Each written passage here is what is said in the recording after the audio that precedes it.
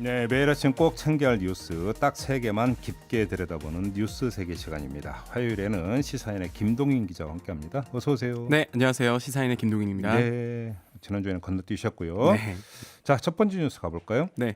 혹 때려다 혹 붙인 기자회견입니다. 박찬주 전 대장 얘기하는 거죠? 예, 그렇습니다. 네네. 자유한국당 영입 대상에 올랐다가 공관병 갑질 사건이 다시 회자돼서 이 명단에서 빠진 인물이죠. 네. 박찬주 전 대장이 어제 공관병 제보를 공개한 임태훈 군인권센터 소장을 두고 삼청교육대 교육을 한번 받아야 된다. 이렇게 말해서 논란이 됐습니다. 정말 이 말이 튀어나올 줄은 예상을 전혀 못했는데. 네, 모두가 상상을 하지 그러니까요. 못했던 예. 발언인데요. 예. 어제 기자회견 자리는 사실 이 박 전 대장이 공관병 갑질 사건에 대해서 해명하는 자리였어요. 네. 여기에서 사실상 시대착오적인 말을 꺼냈다는 비판은 지금 쏟아지고 있는 상황이고요. 네. 문제는 삼청교육대 발언뿐만이 아니었습니다.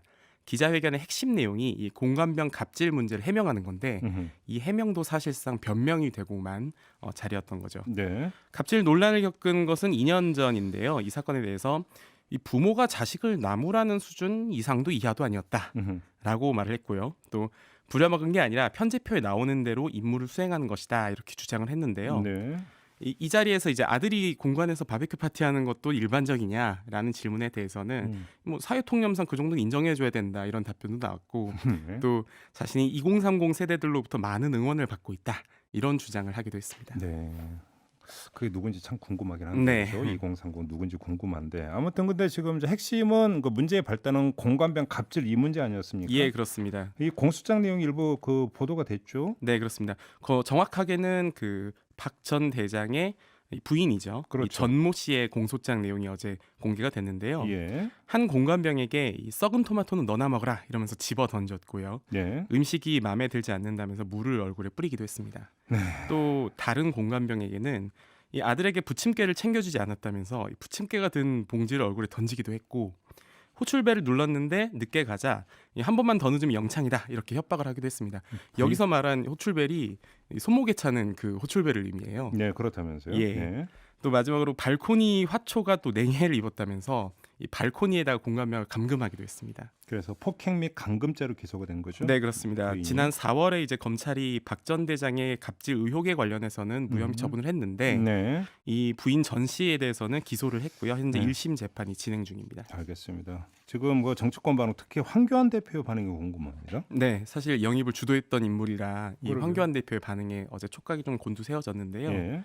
사실 어제 기자회견이 오전에 63빌딩에서 진행됐어요. 네. 문제는 이 기자회견 하는 시간, 그 오전 시간에는 보통 각 당마다 이 최고위원회 같은 중요한 회의를 열지 않습니까? 오전 9시부터요. 그렇죠. 월요일이었으니까. 네, 예, 그렇습니다. 예, 맞습니다. 예. 오전 9시 자유한국당 최고위원회가 있었는데 이날 최고위원회가 끝난 직후에는 사실 박찬주 전 대장에 대해서 이렇게 이제 이런 얘기를 했습니다.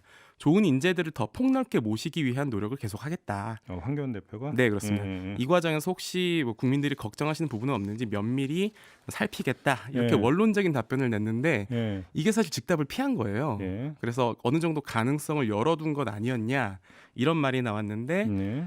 비슷한 시기에 63빌딩에서는 굉장한 폭탄이 터졌던 거죠. 그러게요. 네. 네. 오후에는 좀 분위기가 바뀌었다는 보도도 좀 나왔습니다. 이 박 전 대장 기자회견이 논란이 되고 나서는 이 박맹우 사무총장이 이번 주에 원래 예고된 2차 영입 리스트가 있는데 네. 일단 이번 주에는 발표가 없다 이렇게 얘기를 했고요. 예. 당 안팎에서도 비판이 일어나는데 어제 홍준표 전 대표의 이 코멘트가 특히 회자가 됐습니다. 아, 예. 50 시대에나 어울린 인물인데 만약 이분을 영입하면 50 공안검사 출신이 50 장군을 영입했다는 비판을 받을 것이다. 라고 이렇게- 올렸다가 삭제했다면서요? 제가 그 삭제된 부분까지 확인을 못했는데 네. 이런 내용까지는 지금 올라온 상태였었고요. 네. 한국당을 제외한 나머지 4당은 일단 일제히 비판을 했는데 이 군인권센터도 이 사성 장군을 지내고 온 사람이 공식 석상에서 전두환 군부 독재 시절에 운영되던 삼청교육들 운운하다니 실로 충격적이다 이렇게 말했습니다.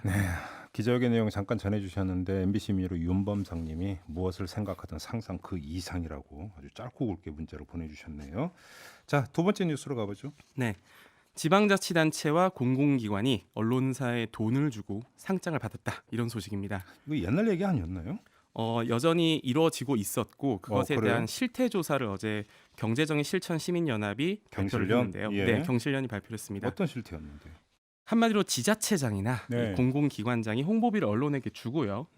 그리고 언론은 이들에게 각종 상장을 남발했다는 내용입니다. 네. 합계를 좀 내봤어요. 그랬더니 지난 5년간 총 1,145건에 달했고요. 네. 금액도 총합 93억 원을 넘겼습니다. 네. 이제 언론사 지면에 보통 무슨 브랜드 대상, CEO 대상, 뭐 경제 리더상 이런 리스트들을 보신 적이 있을 거예요. 네.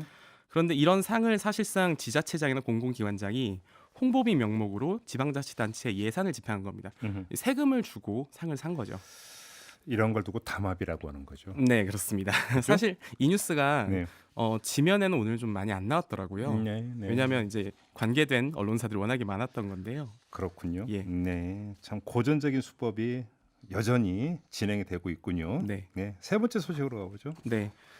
많은 분들이 좀 안타까워하셨던 소식입니다. 네. 이 성북구 새 모녀 사망 사건인데요. 어제 저희가 짧게 전해드렸는데 네. 어떻게 된 건지 좀 경위가 밝혀졌나요?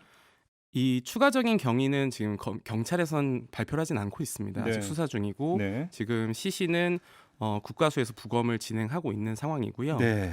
추가적인 그 취재 보도가 있는지를 먼저 좀 확인해 봤어요.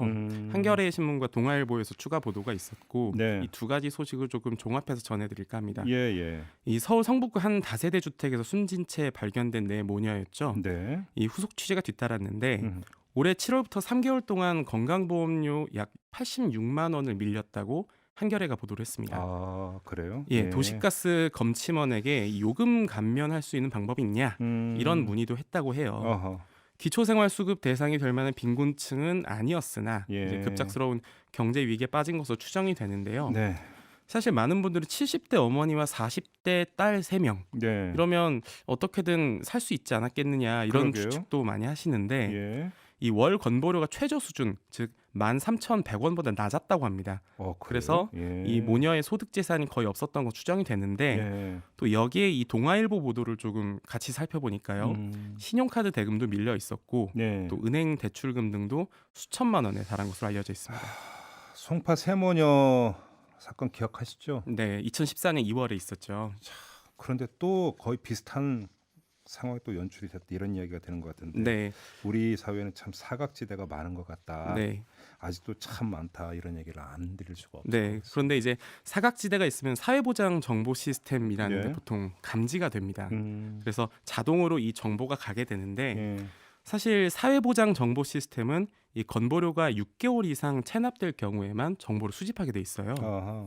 사회보장 정보 시스템에 넘어가는 체납 기간을 이 6개월에서 3개월로 단축하는 내용이 담긴 이 사회보장급여법이 지난 10월 31일에 개정이 됐습니다. 네네. 그래서 통과가 됐거든요. 통과는 됐습니까? 예, 그런데 문제는 이 셋째 딸 같은 경우에는 쇼핑몰을 운영하셨다고 해요. 아. 그리고 첫째 딸분이 그 셋째 따님께서 운영하시는 쇼핑몰에서 일을 하고 계셨고요.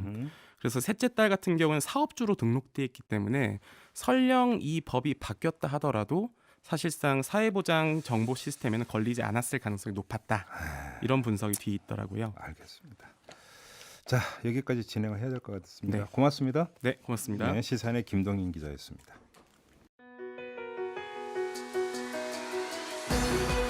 이슈의 핵심을 꿰뚫는 예리한 시선, 믿고 듣는 진품 시사 김종배 시선 집중.